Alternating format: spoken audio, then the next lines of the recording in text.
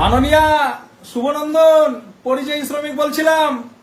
তো আপনি শুনলাম আপনার 5,000 টাকার ব্যাপারটা। তো 5,000 টাকা করে যে দিচ্ছেন 12 মাসে হয় 5,500 টাকা। তো আপনার ইলেকশনটা হচ্ছে ফেব্রুয়ারি মার্চ মাসে। তারপরে ভগবান না করুক আপনি যদি না থাকেন পরে, তাহলে কে দিবে?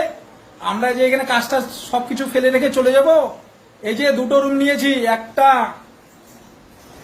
এই যে দুটো, ঠিক আছে, দুটো রুমের ভাড়া হচ্ছে 12,000 টাকা মাসে। তো আমরা পুরো ফ্যামিলি মিলে 75 থেকে 80,000 টাকা কাজ করি এখানে। তো বাড়ি গেলে তিনজনের হয় 15,000 টাকা, ঠিক আছে। তো তার সাথে ইলেকট্রিক বিল, খাওয়া দাওয়া, এভরিথিং হাবিজাবি নিয়ে আরো খরচা বেড়ে যাবে। তো 15,000 টাকাতে কি হবে মাননীয়া? তার জন্য বলছি কাজ দিন, কাজ যোগ্যতা অনুযায়ী কাজ দিন, ঠিক আছে। বিশ্বাস না হলে নিউ কোচবিহার স্টেশনের বৃহস্পতিবার আর শনিবার গিয়ে একটু 3:15 দিকে দাঁড়িয়ে থাকবেন, তাহলে দেখবেন কতগুলো মানুষ ডেলি রাজস্থানে আসছে। ঠিক আছে মাননীয়া, আপনার কাছে বিনীত নিবেদন, যোগ্যতা অনুযায়ী কাজ দিন, ঠিক আছে। শুভনন্দন।